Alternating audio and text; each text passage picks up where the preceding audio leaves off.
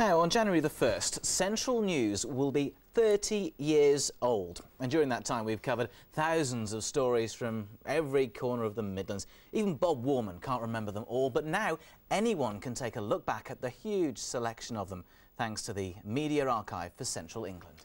Mace has been carefully cataloguing our footage from way back when we were known as ATV Midlands News. And today they moved into a new home.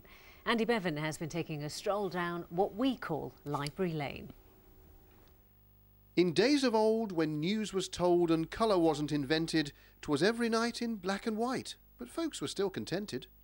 In fact, when ATV started providing an alternative to BBC local news from its Alpha studios in Birmingham back in 1956, it was an instant success.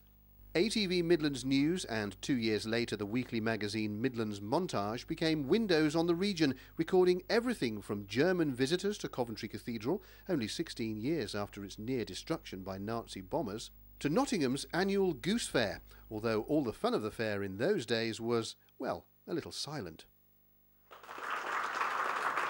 Plenty of noise this afternoon, though, at the official opening of Mace's new home within the University of Lincoln. The archive took advantage of government funding to move from its previous base in Leicester, and the team jumped at the chance to create a permanent home for their 70,000 clips of film and video. So it's fantastic, we've got this permanent home, we've got the archive right here, and that means that members of the public can have real access to this through our website and through the outreach work we do, community work we do, exhibitions, so it's fantastic. In October 1964, ATV Today was born, 15 minutes every weekday evening following the national news. In 1970, it became one of the first regional news programmes broadcast in colour, and within a few years, 3 million people a night were tuning in for big news and sports stories like the return of Derby County manager Brian Clough to Nottingham Forest. You took 10,000 fans away from Forest when you took over at Derby. Can you bring them back again to Forest? Well, I would hope to get a few back. For sea change events like the introduction of robots to the production line at British Leyland's Longbridge. And for local opinion on the big talking points of the day, like this chap. That's something different in a way to look at. We haven't looked him all over yet. Oh, like his red eyes. Mace also holds material from private collections dating back to 1898. This home movie has young Leicester bikers trying to impress their mates with some amateur stunt riding. And a family trip to the seaside in 1961, narrated by legendary newsreader Richard Baker, and called We Chose Skegness. As usual, I was busy taking films. This shows the South Bracing or Outer Promenade, overlooking the sands and the sea. But there's one rarity Mace doesn't have. It's something I recorded on my home video when I was a lad. It's the final edition of ATV Today, the 31st of December 1981. I think they should have it here, don't you?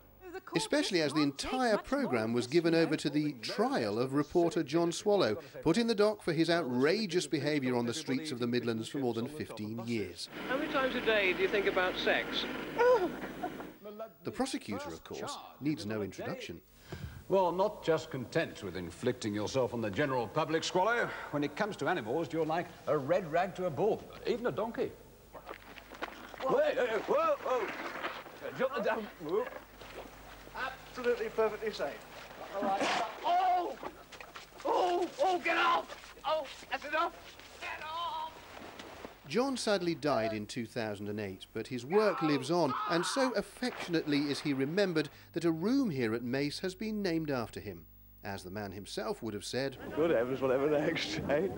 Incredible, isn't it? Bringing Mace to the University of Lincoln is a fantastic resource for scholarship and also for film researchers, but also for the public. It's a publicly accessible resource. So much has changed since 1956. Whoever thought this was a good idea for a car park?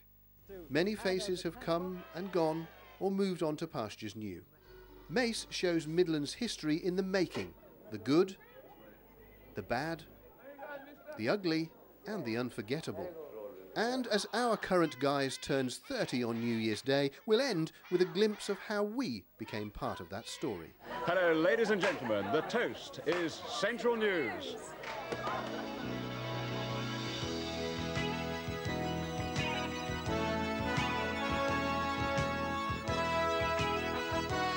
Andy Bevan, Central News. Brilliant. We've started everybody off now, haven't we? Saying, do you Yes, remember? remember that. Now, if you do want to see more from the archives for yourself, head to itv.com/central, where you'll find a link to the Mace Archive website. Enjoy. Yes. Now, time for the weather. Emma has joined us.